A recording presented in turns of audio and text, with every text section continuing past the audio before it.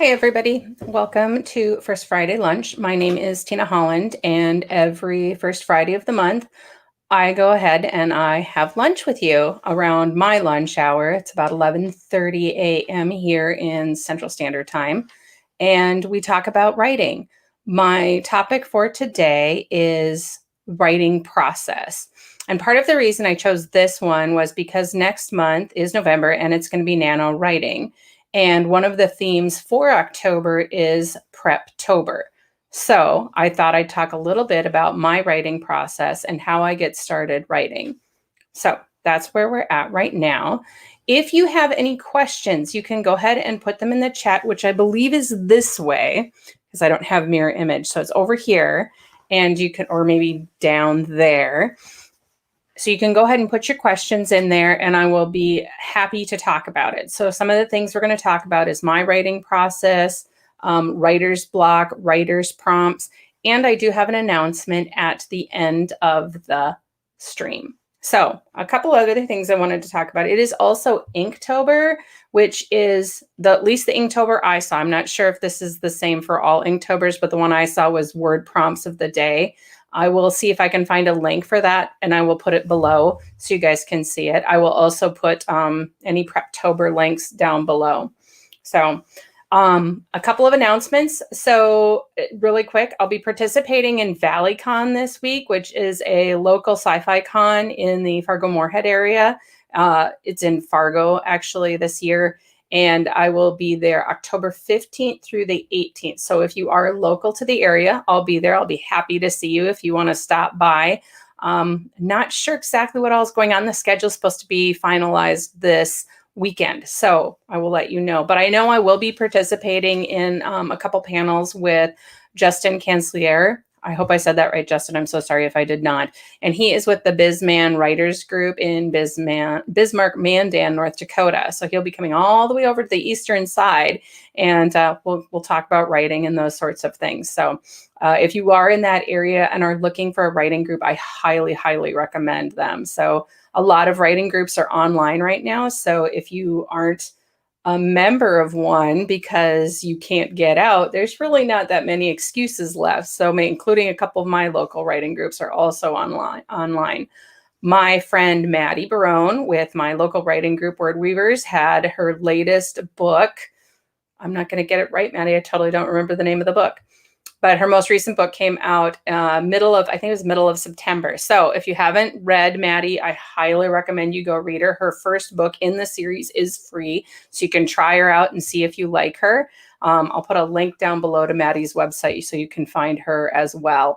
My other announcement is my steampunk book, The Courtesan of Constantinople, is under contract with book boutiques. And I am so happy to finally get this book out in the world because it has been 2 years of querying it. And steampunk is a really hard sell right now. So even though it's like a novel length book, and I was able to maybe possibly go to traditional publishing with it, like a trade paperback publishing type deal, it just was a hard sell with agents and bigger publishers. So I went to my small press book boutiques that's republished everything from when my other publishers closed down. So, and they're going to take this one, and I'm really happy they're going to. So hopefully I'll have an announcement on a release date and some cover art and those types of things soon.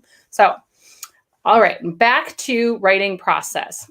So actually, I need to get over here into the comments section. So I'm going to put that down there.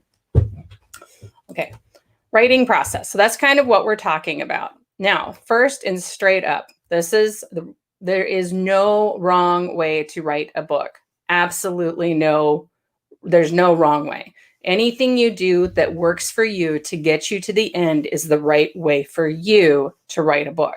Okay. So let's talk, let's get that out of the way. So everything that I'm going to talk about in my writing process is what I do. It may work for you. It may not. Take it with a grain of salt. So I write typically romance with like some paranormal. I write contemporary, paranormal, post-apocalyptic, steampunk, so I write kind of the subgenres of romance. And the stuff that I do may not work very well for you. So, but if you like some of the ideas, go ahead and give them a try. So, a couple things I'm going to talk about first. So, I'm going to talk about this most recent novella that I finished, which was a Regency book. Okay. So before I even started, I kind of went to the library and I got a bunch of books on the Regency. This is one of them by Georgette Heyer. It's Regency World. And this one I actually owned, but I did go to the library and I got a bunch of stuff on like Jane Austen's World, London during the Regency period. I got a bunch of like books on that straight up just to do research because I wanted to kind of get it right because this is my first historical. Now, granted, it's fiction. It's not like nonfiction or whatever. So there's kind of a theme among romance writers. There's a Duke for everything. So there weren't that many Dukes. And we all just accept that premise when we go into reading the book. So I don't have a Duke in mind, but there's certain elements of fiction involved when you're writing historical romance. But you kind of want to stay, or I want to stay as true to the period as I can. If you get really far away from it, you can actually call your book like historical fantasy or something like that. It's actually why I started writing steampunk first, because one of the rules of steampunk is kind of changing the timeline or, altering the timeline or changing something historically. And so it allows you to not have to be as correct when you go ahead and you do those things. So that's the first thing I do. Before I'm going to write a book, I do research on it. I actually have in my bookshelf back there, I have a book on fairies. I have books on witches. I have books on angels. And so anytime I write a book that I don't really know a lot about, I will kind of do research on it. So, because I want to get the mythology correct for whatever I'm writing about, even when you go into writing like about fairies. And you can change that mythology, but I think you still have to have a baseline for what you're going to do when you're writing fiction. Also, if you're going to write like a romantic suspense, you might want to go and read up some depending on what your characters do, you may want to read up on professions that your characters have and those types of things. So, you know what? Hold on. I'm going to grab this. Watch this. All right. I had all these books in front of me and then I forgot like my Bible-ish book that I use every time I write. So that's the first thing I do is I will go ahead and do some research. The next thing I do is I am what is called a plantser, which is kind of a plotting pantser. For the most part, I do not plot overly well, but I had read a book by C.S. Lakin about layering, and I will link to her website actually, because it is super, super handy if you are looking to kind of start outlines. And one of the things that it was about was the 12, she has 10 key scenes, but then there's also one called the 12 key scenes of a romance. And so I use that and I make a basic outline. And I don't know if I have it in here. Yeah, I do. Okay. So in here I have the 12 key scenes. So I like printed it out so that I would have a reference. And then what I'll do is I'll open up like I use Google Docs. I'll open up a Google Doc and I will go ahead and I will put in those scenes, basically a page for each scene. So it sort of looks like Scrivener. If you've ever used Scrivener, that's a little bit of what it looks like. And I don't know, let me share my screen here really quick and I will show you.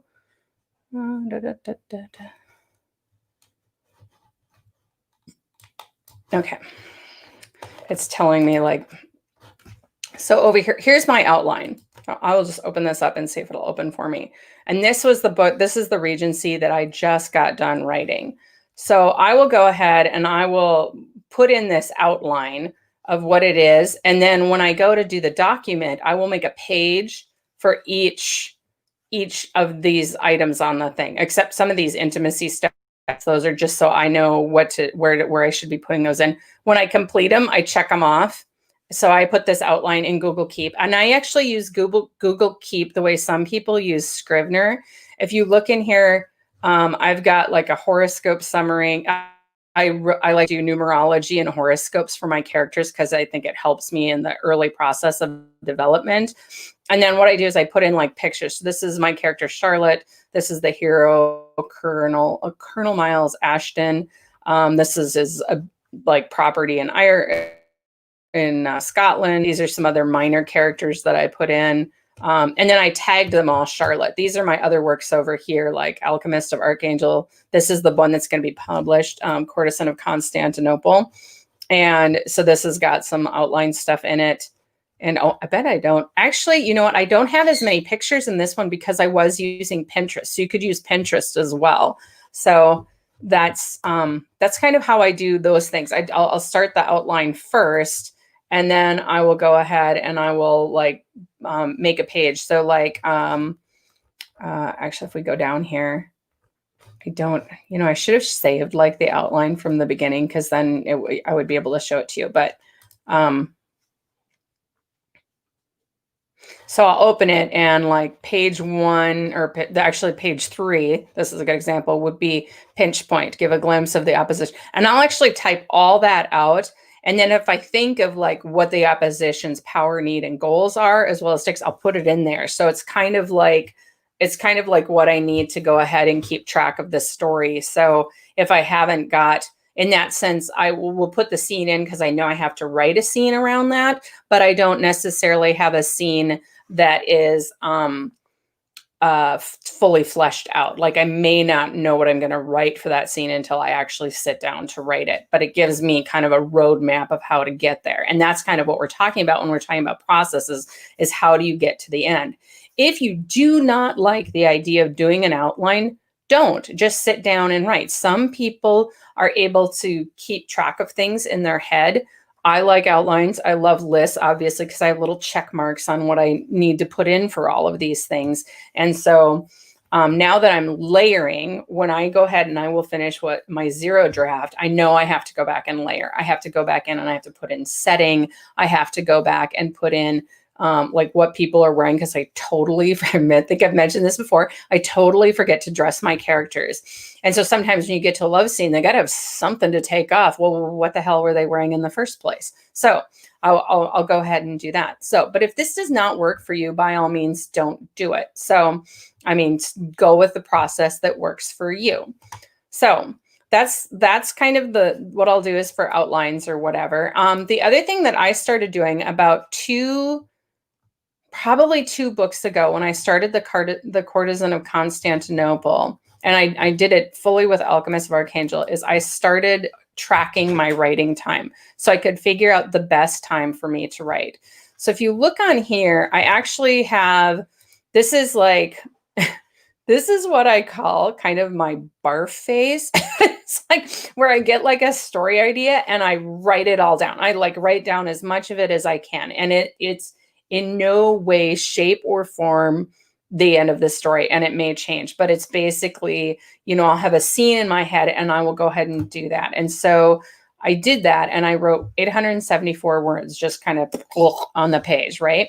And the next time I touched this, that was back in February. So this is kind of like me having an idea, putting it on paper, and maybe writing a scene. So I didn't want to lose that. Now, in April is when I started really working on the story. So right in the smack dab in the middle of the pandemic, I started this story. This is where I did the brainstorm outline, where I went ahead and I did those things that I just talked about, where I go ahead and make that outline and put as much information in. And so on top of that, what I did is I added 784 words to the story. And based on that, which kind of upped my word count, then I went ahead and I started tracking my writing. So you can kind of see, this gives me an idea of like when I write the most. So this is when I found out doing this, I discovered that if I do YouTube sprints, and these were recorded YouTube sprints, this is with the Courtney Project. I will put her link below as well. And so those are those. The other member group that I don't do as much writing here, I guess we did. This is with Writers and Garden. We meet once every 2 weeks. We have a founders meeting, and sometimes we'll do some writing there. This is like edits. So the edits sometimes are much less than everything else, because that's where I might do some corrections, maybe change a scene. And these are Word Waver edits, which is my local critique group. And we meet every other Monday. And so we will go ahead, and of course we're online. So if you're a romance writer and you're looking for a critique group, let me know. I will gladly invite you to that one, and you can see what we're all about. So yeah, so I have a bunch of these where I would do like write-ins. I particularly like writing with the dawdling writer. She actually, she'll be on after this call. So if you were on YouTube right now watching this, she'll be on after this call, and you could go ahead and say, follow her or see what she's doing or whatever. But basically, she does 2 hours worth of writing sprints. And that's actually, I found out writing sprints work best for me to get words on the page. When I'm in editing and stuff like that, that doesn't work as well for me, just because I need to really look at the story, and putting it on a timeline where you do with writing sprints doesn't work so well for me. We did recently, we had a writing retreat with the founders group of Writers and Garden and some board members. And when we met, I like writing sprints, and a lot of the writing sprints that I join, including Courtney and the dawdling writer, sometimes depending on how she's set up that day, but almost always Courtney, and will have an alarm at the end of it.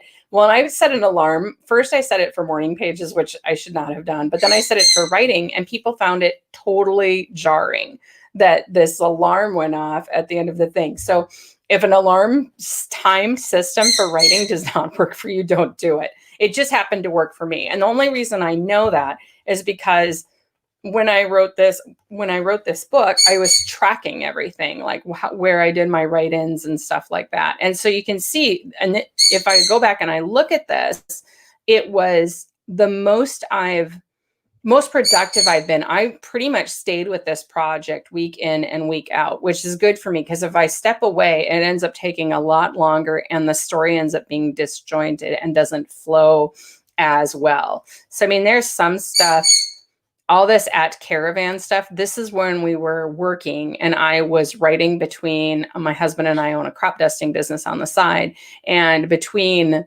loading the plane and when he was out flying, that's when I was writing. And so I did get quite a bit. I managed to find a process that worked for me there as well.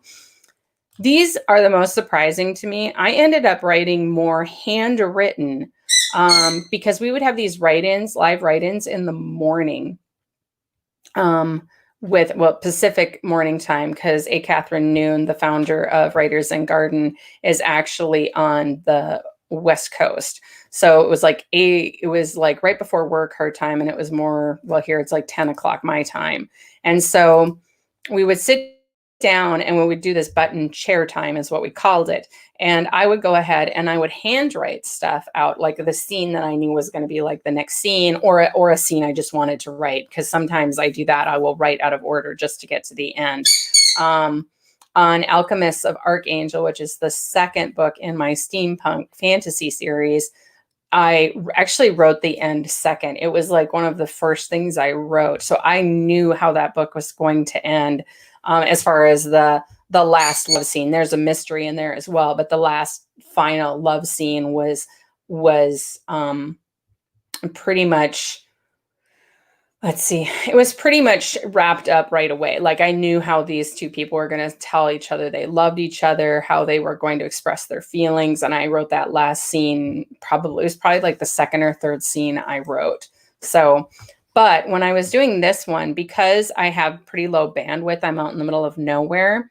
I go ahead and I didn't want to bog down the stream. So whenever I'm on a live stream writing that's like Zoom or Google Meets, I have to pretty much write by hand. The live streams on YouTube don't affect my thing as much, because I don't know why, maybe it's the settings for YouTube or whatever, but I can go ahead and write on the computer with those. But these I had to do handwritten. So I mean, here it's like I'm writing 100 words every 10 minutes, just handwriting. And the hardest thing about the handwriting is going back later and editing it. So I'm going to apologize in advance for my bird because she sees me. I'm actually sitting in a place I don't normally sit. This is actually behind me. This is my desk where I write. Is my bookshelf with a lot of my reference books. This up top here, these are my uh, morning pages all filled out. So those books up top. So yeah, when I actually sit down to write, one of the things I'll do is I will do morning pages. This is my morning pages one right now because I'll just have journals that people gave me and I want to put stuff in them. And so this is from my friend Lynn Armstrong, who's also an author she lives in Australia. And she gave this to me forever ago, and I kind of like forgot about it.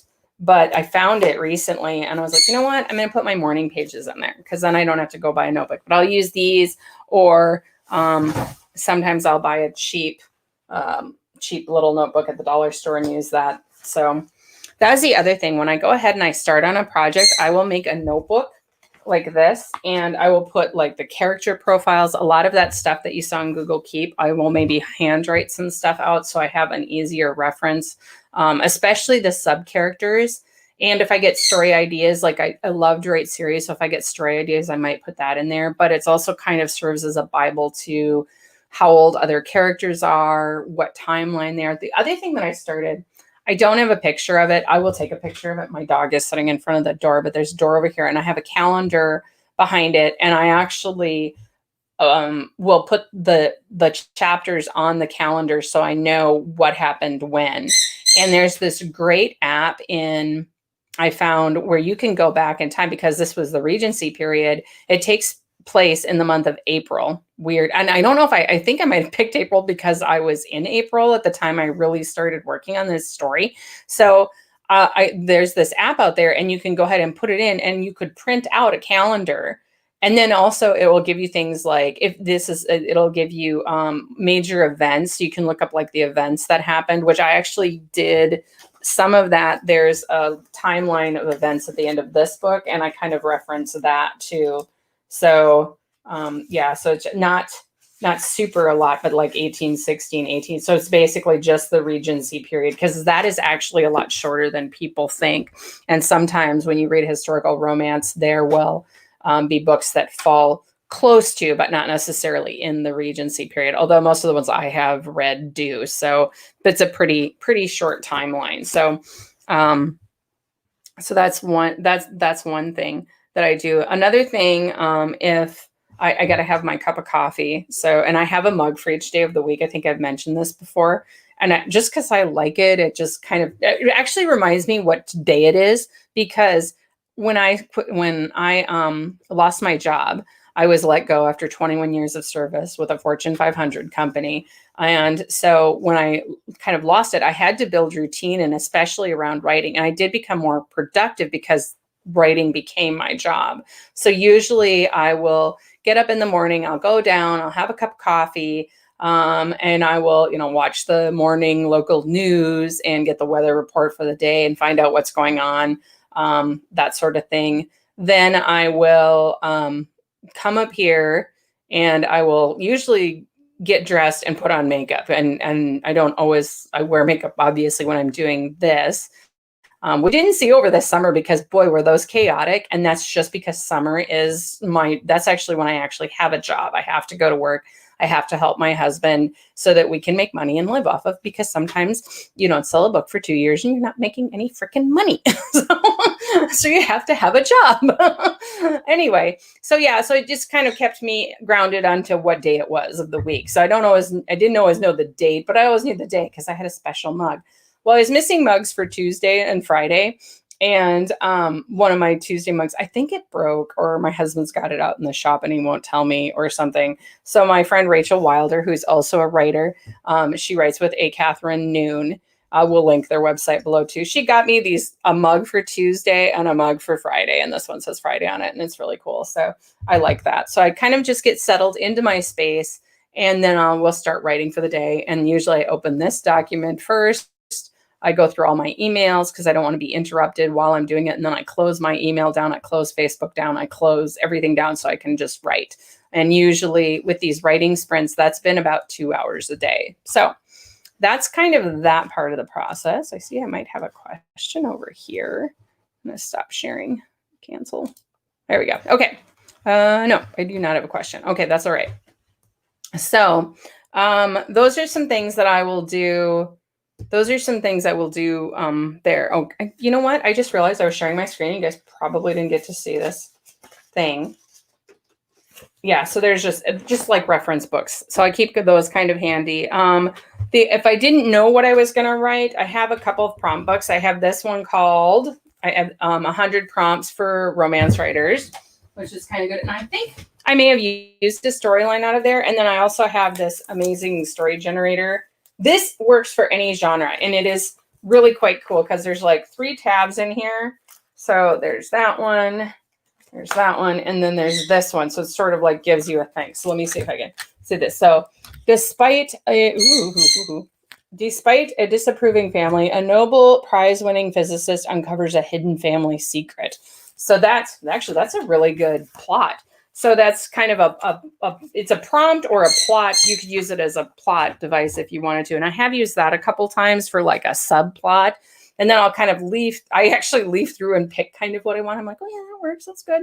So, and I do have a story idea that I generated on one of the retreats that we had that I think I will probably make part of my post-apocalyptic series because I'm like, I think it'll work there. So that's good. The other thing is, let's see. So then once I'm done writing for the whole thing, I kind of track my writing. So now I know my peak writing time is in the morning and I do best during sprints. And that's just writing. It's not editing. It's just writing. That's when I'm going to get the most words in and really be able to like get through the book. So now, there's a couple things like if that doesn't work for you, like if you actually have a Monday through Friday job or a weirder job, Monday through evening job or Tuesday through Thursday. What's Thursday? I don't know. Tuesday through Thursday, where you work 12-hour shifts because you have one of those kinds of jobs, then obviously you need to find what peak time works for you to write. And if it is once a week, like if you're like, I have every Friday off and I have these 2 hours to write, then make the most of those 2 hours. And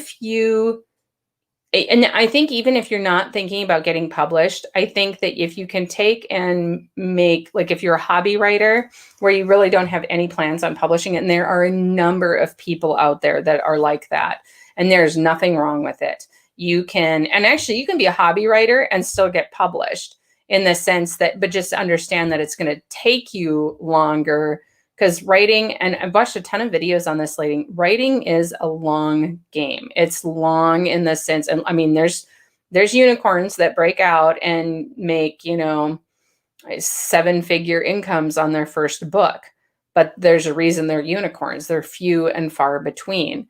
So the thing of it is that you have to understand what works for you. If you like sitting down and writing because you find it relaxing and you like to have candles lit and relaxing music playing and quiet and solitude, then do that. That's what's going to work. That's what's going to get you to the end of the book. It might take you longer to get to the end of the book, or maybe it won't. Maybe you're a short story writer and you can sit down in 2 hours and write a short story.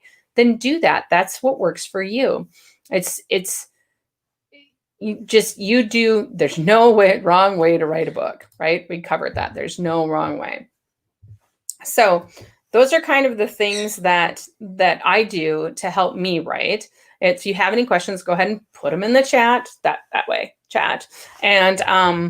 And I'll go ahead and see them, and then we can talk about that. But I mean, those are some of the things that you can do to prep for NaNoWriMo. And one of the things, I hadn't heard this before, Marie Johnston, who's with the BizMan Writers Guild, she had mentioned it, and she was talking about people who think about story. And if your process is to sit and think about story, where you like to knit or watch TV, or I say knitting because it no longer amazes me how many writers are knitters or crocheters or fiber crafts people of some sort. I'm not. And I'm always surprised when I meet somebody who is not, because it seems like, especially in romance, It seems like that is fairly common.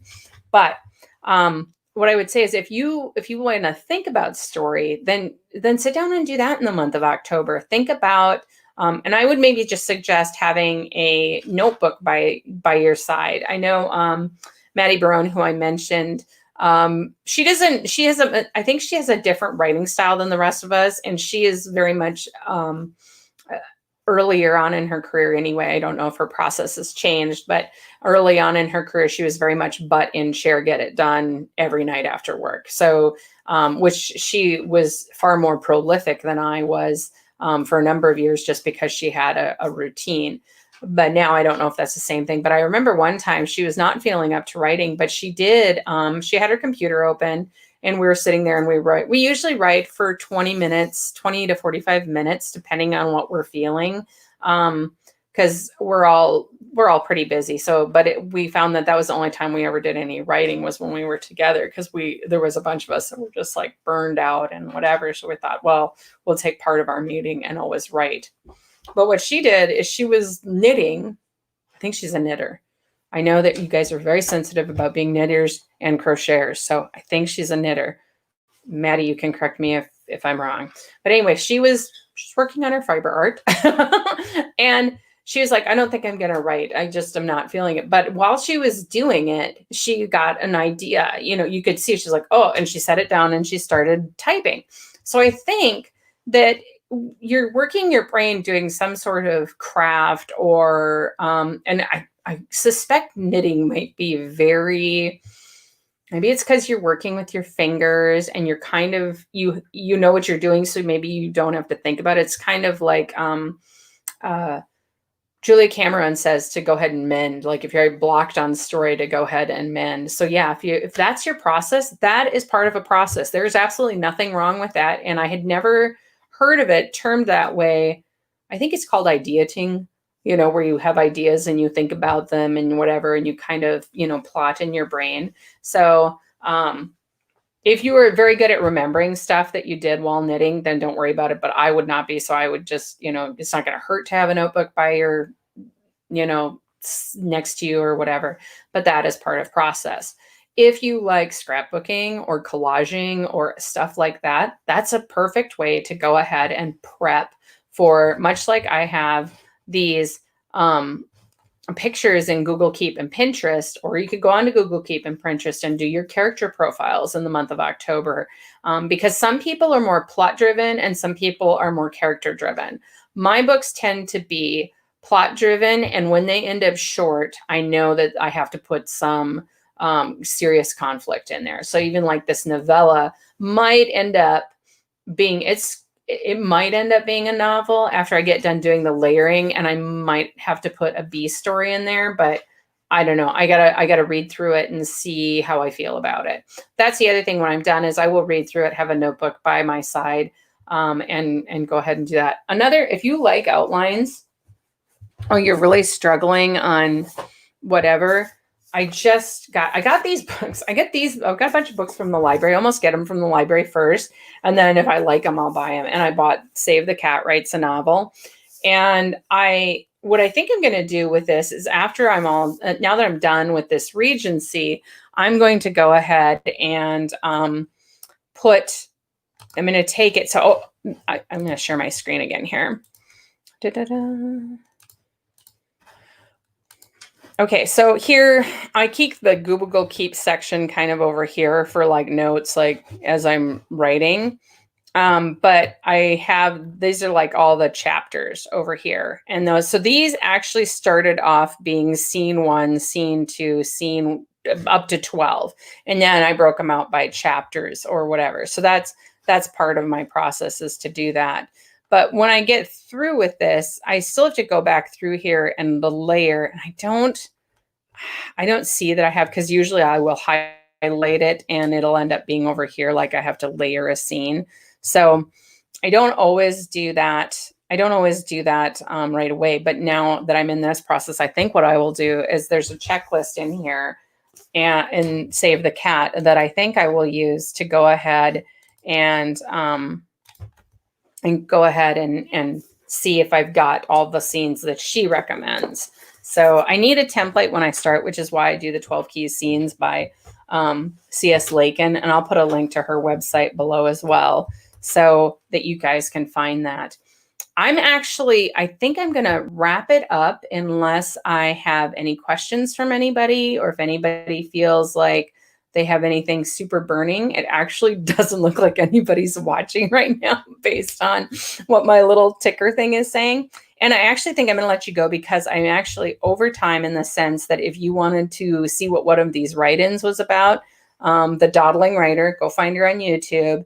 And you can go ahead and participate in her write-in, because I believe she started probably 4 minutes ago. So a couple of things. So I did say that I had an announcement.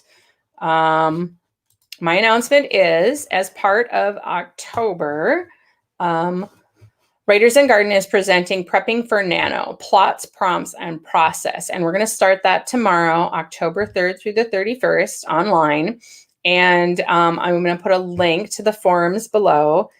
And I would love it if you guys would join us. So we're going to be doing that on the Writers and Garden forum. And we're just going to be talking about plots, prompts, process. And we are going to have some conversations on either Zoom or on Google Meet or YouTube, or, I think Catherine Noon and I are still trying to figure that part out, what's going to work best. So probably going to be between Google Meet and Zoom. So we'll see, but I think that's probably what it's going to be. We're starting tomorrow. Would love it if you guys could join us. If not, that is totally okay. I think that we'll have stuff up on the forum. So if you can't join there, I'll put some of these tools that I've talked about in there. So that's my big announcement, is Writers and Garden is going to be presenting a bunch of stuff for Preptober. We're going to help you guys through that piece. So lastly, but not least, we have the next Friday, First Friday lunch live event will be November 6th, probably about the same time, 11:30 to 12. I actually booked the broadcast until 12:30 just in case we have questions. But if we don't, that's okay. And I know people are busy. You can always go back and watch these later. So First Friday lunch, November 6th, 11:30 a.m. Central Standard Time. So it'll be earlier if you're on the Pacific, later if you're on the East Coast. So pencil me in